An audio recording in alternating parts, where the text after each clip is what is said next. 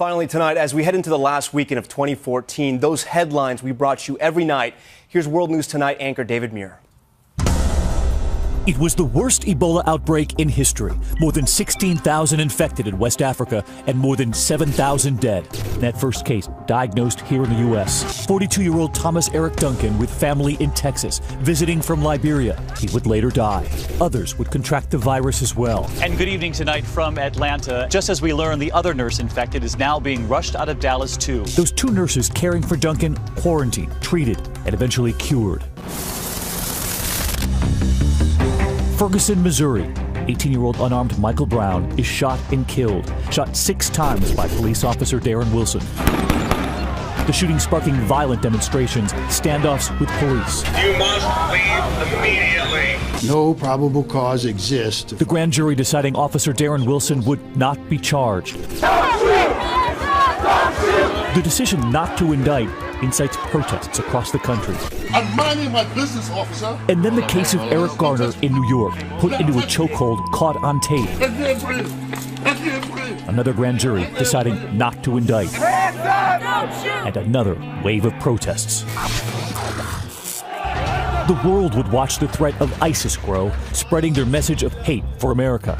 We are an Islamic army. With the barbaric beheadings of several American journalists, including 40-year-old James Foley. U.S.-led airstrikes now aim to strike back at ISIS in Iraq and in Syria, where the war rages on there, too. The youngest victims, the Syrian children, some of them refugees for 3 years now, ripped from their schools and their towns. Many of them, instead of going to school in the morning, come here to the fields. Just one of the many tractors unearthing another row of potatoes. And you can see before the dust settles, the children gathering here with their bags to fill them with potatoes. In many cases, they're now the sole breadwinners. And to one of the biggest mysteries of the year, what happened to Malaysian Airlines Flight 370? The plane leaving Kuala Lumpur, heading to Beijing, carrying 251 people. It suddenly goes off the radar. They are never found. Soon, Americans would turn to something else. The history just made President Obama and Cuba's President Raul Castro announcing at the same time that the U.S. is restoring full diplomatic relations with Cuba. Will you visit Cuba in your final 2 years as president? You know, I don't have any current plans to visit Cuba. Not ruling it out? Let's see how things evolve. And the clock is ticking, especially if you have your eye on an Apple Watch. Perhaps the biggest tech moment of the year. The first new product from Apple since Steve Jobs. And we were the only ones allowed backstage. Can I see yours? You can see it. It's unbelievable. Tracking your vital signs, your blood pressure, even your heartbeat. Wow.